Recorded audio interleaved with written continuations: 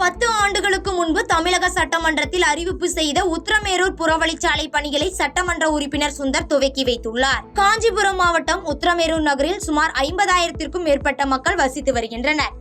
இதனையடுத்து இங்கு உள்ள சாலைகள் மிக குறுகலானது என்ற நிலையில் காலை மற்றும் மாலை வேளைகளில் மிகுந்த போக்குவரத்து நெரிசல் ஏற்படுகிறது. இதனால் பள்ளி, கல்லூரி மற்றும் மருத்துவர்கள், தொழிற்சாலை பணியாளர்கள் என அனைத்து தரப்பினரும் குறித்த நேரத்திற்கு செல்ல இயலாத நிலை அவ்வப்போது ஏற்பட்டு வந்தது. இந்நிலையில் கடந்த 2013 மற்றும் 2014 சட்டமன்றத்தில் நெடுஞ்சாலைத்துறை மற்றும் சிறு துறைமுகங்கள் துறை அமைச்சர் உத்திரமேரூர் புறவழிச்சாலை அமைக்கப்படும் என அறிவித்திருந்தார்.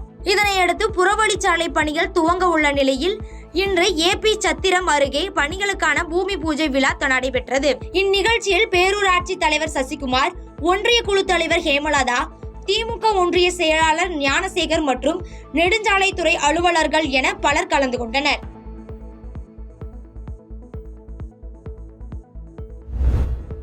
காட்டுமன்னார் கோவில் அருகே 15 வயது சிறுமியை குழந்தை திருமணம் செய்த ராஜேஷ் என்பவர் போக்சோவில் கைது செய்யப்பட்டுள்ளார். இவர் கடந்த 2018ஆம் ஆண்டு 15 வயது சிறுமியை திருமணம் செய்து பாலியல் பலாத்காரம் செய்ததால் சிறுமிக்கு பெண் குழந்தை பிறந்துள்ளது.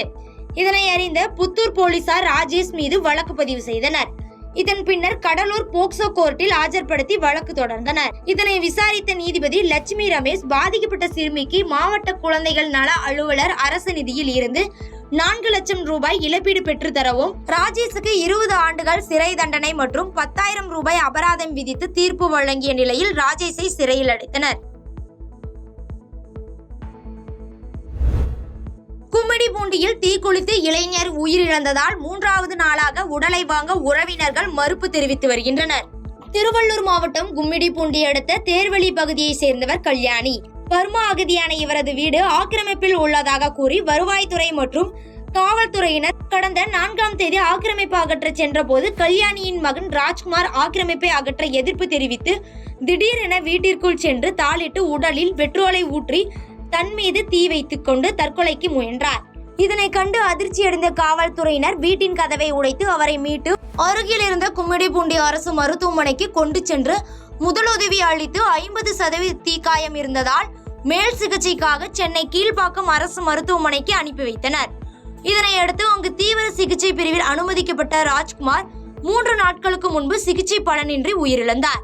இதனைத் தொடர்ந்து ராஜ்குமார் உடலை வாங்க மறுத்து இறப்பிற்கு காரணமான அரசு அதிகாரிகள் மீதும் ஊராட்சி மன்ற தலைவர் கணவர் மீதும் நடவடிக்கை எடுக்க வேண்டும் என்றும் ரூபாய் 5 லட்சம் நிதி உதவி, அரசு வேலை, அரசு வீட்டுமனை உள்ளிட்ட கோரிக்கைகளை முன்வைத்து மாவட்ட கலெக்டரை நேரில் சந்தித்து புகார் மனு அளித்தனர்.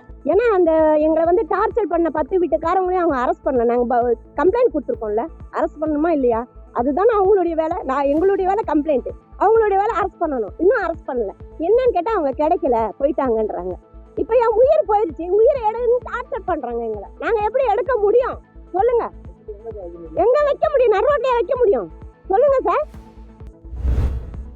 செவ்வாப்பேட்டையில் அரசு பள்ளி மாணவிகளிடம் தவறாக நடந்து கொண்டதாக 2 ஆசிரியர்கள் தற்காலிக பணியை நீக்கம் செய்யப்பட்டுள்ளனர்.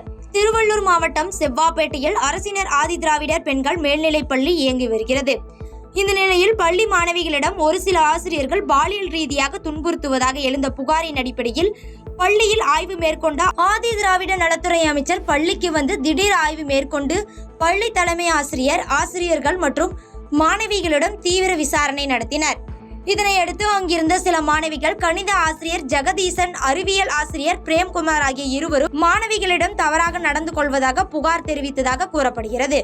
இந்நிலையில் விசாரணையில் புகார் உறுதி செய்யப்பட்டதை அடுத்து குழந்தைகள் பாதுகாப்பு அலுவலர் கொடுத்த புகாரின் அடிப்படையில் 2 ஆசிரியர்களும் தற்காலிக பணி நீக்கம் செய்து உத்தரவிடப்பட்டுள்ளது.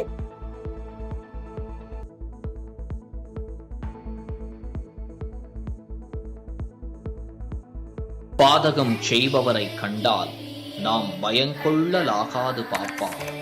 மோதி மிதித்து விடு பாப்பா, அவர் முகத்தில் உமிழ்ந்து விடு பாப்பா. அண்மை செய்திகளை உடனுக்குடன் தெரிந்து கொள்ள இணைந்திருங்கள் இயம்நாடு தொலைக்காட்சியுடன்.